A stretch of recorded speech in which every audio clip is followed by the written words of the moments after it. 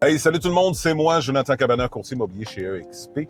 J'espère que vous allez bien aujourd'hui. Je voulais aujourd'hui aborder quelque chose qu'on me pose souvent comme question. Ça va être en 4 capsules.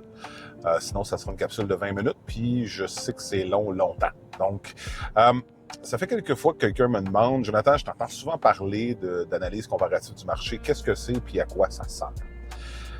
À la base, une analyse comparative du marché sert à estimer donc, à estimer la valeur d'une propriété sujet qu'on regarde pour se dire cette propriété-là, un coût vendu, devrait valoir à peu près telle braquette. Puis, il y a 4 grandes catégories qu'on utilise pour justement arriver à cette notion-là de se dire un plein pied de 1200 pieds carrés en canex ou en briques à 4 côtés sur un terrain de 5000 pieds carrés en plein milieu du centre-ville de Saint-Rémy, parce qu'à Saint-Rémy, c'est là où je reste.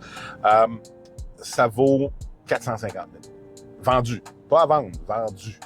Puis une des raisons pourquoi c'est important de faire cette distinction-là, c'est que, puis on va l'aborder aussi plus tard, mais c'est une des raisons pourquoi je fais tout le temps des analyses comparatives, c'est que il y a des courtiers qui listent bien en bas, puis bien en bas, là, je peux dire 100 000 des fois en bas de la vraie valeur marchande d'un produit quelconque. Fait qu'une une propriété qui est estimée, mettons, à 500 000 est listée à 400 000 parce que c'est la stratégie qui a été établie avec son vendeur. Et à ce moment-là, bien, il va essayer par de la surenchère d'aller chercher le gap, hein, de 400 à 500 000, d'aller rechercher le gap. Puis ça, c'est pas une stratégie que j'aime moi personnellement parce que ça veut pas dire que le 100 000 de différence, tu vas aller le rechercher. Puis deux, ce que je trouve, c'est que ça crée une stimulation du marché qui est inutile parce qu'à la fin de ça, notre rôle comme courtier, moi comme courtier, quand que je travaille, mettons, avec un acheteur, c'est de m'assurer que le bien immobilier que le client est en train de regarder, il ne paye pas trop cher. Puis au contraire, de dire, s'il est sous-listé, puis ça m'est déjà arrivé, où une propriété est listée 215 000, non, 315, puis elle en vaut 420, puis on l'a gagné à 385. Donc, cette propriété-là, listée à 315, est même achetée à 85 000, lorsqu'elle en vaut 420, la personne, l'acheteur, a sauvé de l'argent.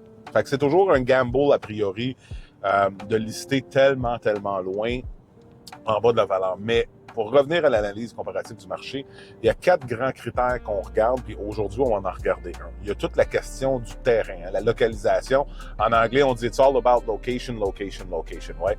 Donc, la deuxième analyse, ça va être l'âge effectif qu'on va regarder dans une deuxième capsule. La troisième, c'est la grandeur au pied carré du terrain et du bâtiment. Mais ça, on pourra... Aujourd'hui, je regarde la localisation, donc je vais faire par cette section-là du terrain. Et la quatrième, c'est le temps de vente. Et on se base là-dessus, moi je me base là-dessus lorsque j'analyse une propriété pour dire que l'opinion, c'est toujours une opinion. Hein. Je veux dire, oui, on se base sur des chiffres, mais la réalité des choses, c'est que ça se peut que tu aies un acheteur qui arrive, moi, je mets 50 000 de plus, puis la réalité des choses, c'est qu'il va l'avoir payé trop cher. Donc, et ça inclut aussi les maisons neuves, soit dit en passant. Fait qu'aujourd'hui, on va commencer par la localisation, puis on va parler du terrain.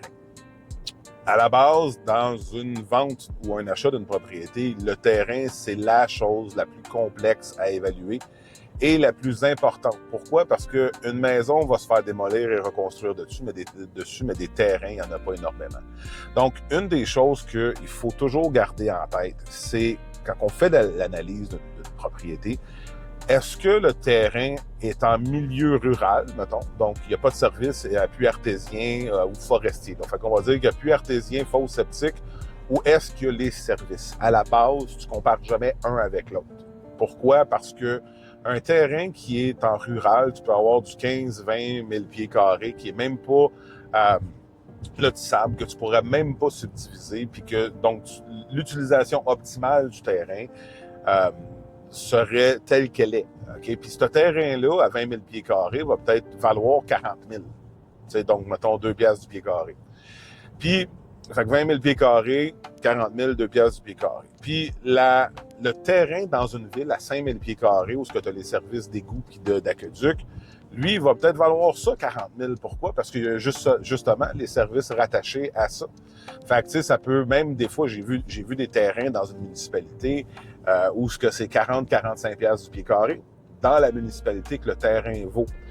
À partir de ce moment-là, ça, c'est un des premiers critères qu'on regarde. On essaie d'avoir des propriétés qui sont situées dans la même place, donc dans le même secteur. Puis quand on est, mettons, dans Montréal, ben j'irai pas chercher une maison avec un terrain à Ville-Saint-Laurent puis l'autre à Rivière-des-Prairies. Ça n'a pas la même valeur, même si j'ai une maison au niveau de la bâtisse qui est sensiblement identique. Donc ça, c'est une des choses. L'autre chose, c'est quand on regarde, mettons, deux terrains qui sont en campagne. Donc, avec les deux sont circuit artésien, fosse septique. Les deux sont sensiblement un à côté de l'autre, pas tellement loin. Puis un a 20 000 pieds, puis l'autre a 30 000 pieds. Le différentiel d'entre les deux, il faut que je le considère comme d'excédentaire. Ça n'a pas grand valeur d'excédentaire. Ça veut dire que peut-être que le premier 20 000 pieds à chaque, je vais le considérer à 2 piastres, mais le 10 000 pieds supplémentaire de l'autre, parce que au-delà du fait que tu as plus grand terrain, ben tu sais, un coup que tu as une piscine creusée, un coup que tu as un jardin, tu as un spa, tu as un gazebo, puis tu as un garage, puis tu as tout ce dont tu aurais besoin de construire dessus. Le reste, ce n'est que de l'excédentaire, puis de l'excédentaire n'a pas grand valeur. Fait que le 10 000 pieds différent, je pourrais possiblement le considérer à, mettons, 1 piastre du pied carré au lieu de 2. Donc, ça, c'est le premier élément qu'on va regarder aujourd'hui en termes de comment qu'on vient qu'analyser. Fait que la première des choses que je m'assois lorsque je regarde une maison donnée, c'est de me dire, OK, il est situé où? Puis dans la vicinité proche de cette propriété-là, qu'est-ce qui s'est vendu avec les mêmes caractéristiques au niveau de la localisation qui ferait du sens à comparer. Fait que ça fait en sorte que je vais discriminer des propriétés basées sur le remplacement. Et on essaie idéalement de ne pas sortir d'une ville lorsqu'on n'a pas de comparable.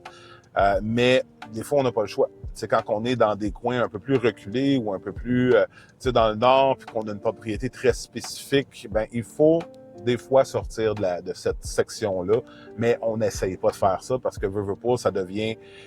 on met des impondérables qu'on peut moins contrôler. Fait que j'espère que ça répond à la première question, à la première section. N'hésitez pas à écouter si vous avez des questions de communiquer avec moi, ça me fera plaisir de dialoguer avec vous. Mais pour le reste, n'hésitez pas non plus à écouter les prochaines capsules. Il en reste 3 sur c'est quoi qui compose une analyse comparative du marché, puis comment est-ce qu'on arrive à pouvoir dire que la valeur qu'on regarde d'une propriété qu'on n'a jamais mis les pieds dedans devrait se situer entre ça et ça. All right? Attention à vous autres. Bye!